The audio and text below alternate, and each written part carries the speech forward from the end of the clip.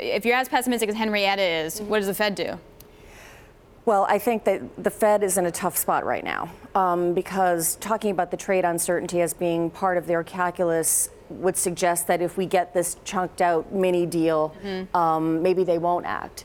And I agree with Henrietta that this is sort of a pause in a much longer battle here. And I'm interested in hearing about the conversations with some of the manufacturers, because I don't think that manufacturers are going to think that this is just back to normal. I think this is a new normal. They are going to have to make different decisions regardless of what happens with the trade talks today. Well, that's a good point, Henrietta. Also, we have to remember that it's not just China, U.S. It's also Europe and China. There were already tariffs that were imposed on certain auto making stuff from China. There's also Europe and U.S. I mean, address the conversation the question that Katie was bringing up on manufacturers. Yeah, I had this fascinating conversation with a global manufacturer a few months back, and they said, look, I need to know if the tariffs are going to be on for 3 years at a 25% rate, because it's not worth it to me to shift my supply chain out of China unless the tariffs are going to be on for more than 3 years. So they'd done their calculations, and it was really difficult to answer the question at the time, but now it seems that the case is yes.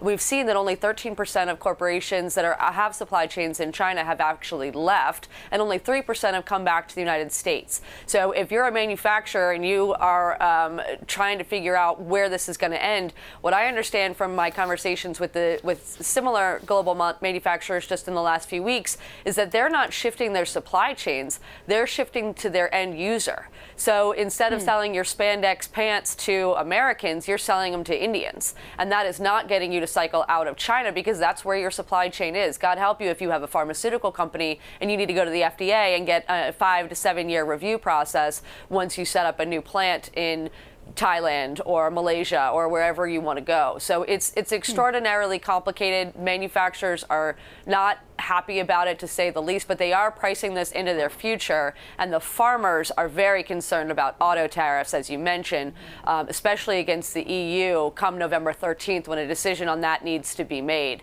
They need those auto tariffs off the table, because their only trade beacon of light right now is peas, lentils, soy, and almonds going to the EU, as I understand, for their croissants. So they need some certainty.